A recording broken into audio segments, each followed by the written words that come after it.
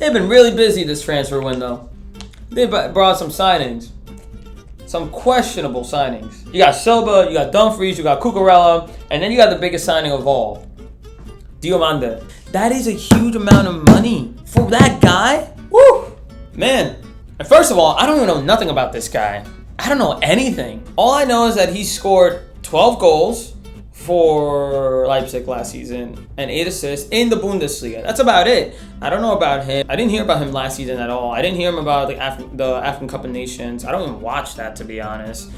AFCON. And Ivory Coast, they didn't really do...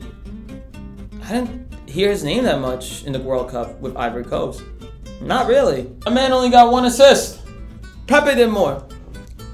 And he's an Arsenal reject. I don't know. I just don't understand. The biggest transfer. There are so many superstars that have been to Madrid. With the likes of Ronaldo, Bale, Ronaldo, R9. There's Raul, there's Figo. And this is the guy that's the most expensive player in Real Madrid. I mean, it could be times, also, different time periods too. Times have changed. Money, 100 million is like the regular price for a big star at this point now, and it's so sad. Thanks, Neymar. I don't really know what to say, and I don't know why you wait that much. Even so, regardless of it, they're signing for Real Madrid this season. I can't see this stacking up the squad. These are not the players you need to win trophies. And they need to win trophies this season. 2 seasons trophyless, and now if they go 3-0, 0-3, oof.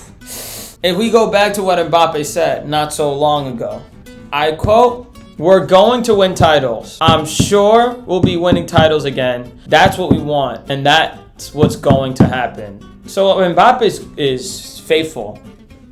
But you better live up to the expectations. Mbappe's a player that could. He really can live up to it. He's brought some stats. He just hasn't had any silverware with Real Madrid. Real Madrid have to live up to these expectations. I don't know how this reinforces the squad for Madrid. These are not the players that you're gonna want. Bernardo's old. Okay, I'm actually surprised that he went to. I mean, good for him for going to Madrid, but I don't think he's gonna deliver as much. The man is getting old. He's just gonna regress as he gets older, like any normal player. Cucurella, he tries. Cucurella really, really tries. He did good in the World Cup, but he's still clumsy overall.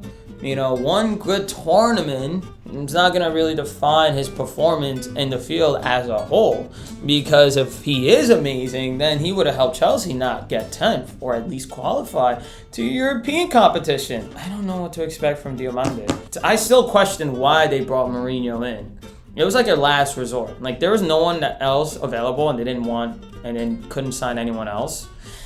And the only one that was available was Mourinho. Club was not going to go. The only reason he's coaching is because Germany is at a cry for help, and he's German, which I should talk about that. I do want to talk about that at one point. They were never going to get Club. Never. Not a shot. Zidane, he wasn't going to go back to Madrid. He did his time. There's no reason for him to go back and help them. He did it twice. He did it once. He's not going to do it twice. And Mourinho, he really hasn't won anything big.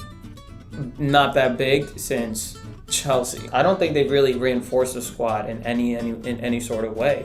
Not really defensively. Dumfries, Cucurella, Bernardo, and Diomande, these aren't your players to get. I mean, prove me wrong. 8 goals and 12 assists. It's good for the Bundesliga, but there was not really such a great World Cup from him. I just heard of this guy, not even last season. I just heard of this guy because of how much they paid for him. And look, I'm just saying, La Liga have the biggest transfer flops in history. I can't see but for this person to flop.